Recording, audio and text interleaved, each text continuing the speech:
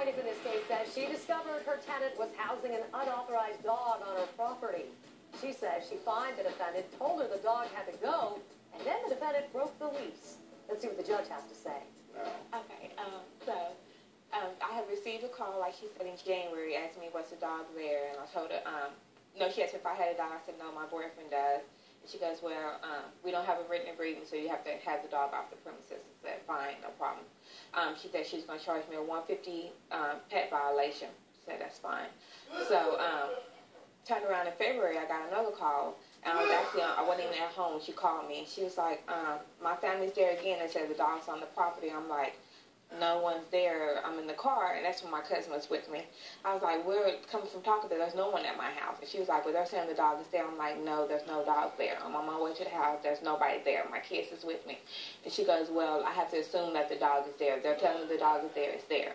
So I'm like, so by then I made it home, and I'm still talking to her on the phone. I'm like, no. I'm like, I'm here now. There's no dog here. And she goes, I have to charge you another pet violation. And then she said, and then I'm going to have to backdate it, charge you a daily fee back from January when I told you the first time that the dog couldn't be there. And I was like, well, if I'm telling you I just got here and there's no dog on my property, how are you going to charge me for something that I'm telling you that the dog is not here? I said, my boyfriend hasn't been here. I've been at work all day. There's no dog here.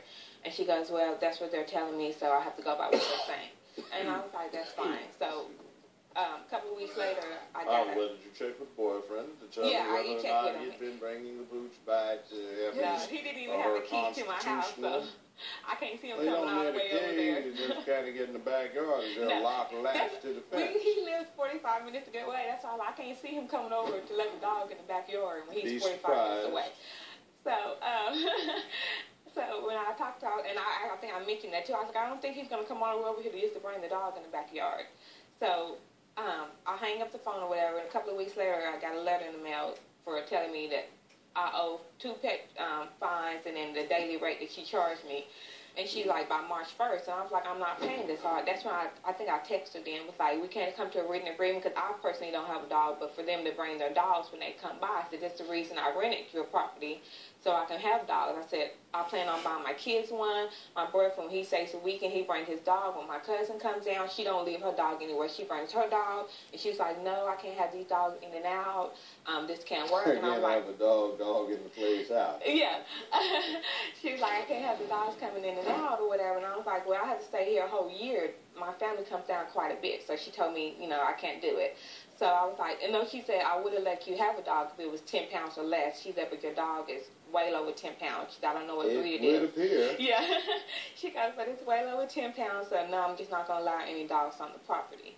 And I was like, okay, that's fine. So, well, she's like, and if you have a dog, again, she said, then I'm going to have to go to a steps of evicting you. She said, I don't want to take those procedures, but if I have to, then that's what it's going to do. And I was like, just fine, I'll just move, because I'm not going to go a whole year without getting my kids another dog, or he can't bring his dog, or my family can't bring their dog. I just have to move. I'm looking at the pictures, and you are definitely not in compliance. Anyway, I'm going to knock out this thing about the late fees and pet violations because she moved out. So your total recovery, inclusive of the security deposit, well, not inclusive, but that's already been accredited, will be $4,093.19, and your cost. Everybody do better. This courtroom is now in recess. No doubting the dog dug those holes in the yard, but not as many as the defendant dug when she used and abused the rules and the property.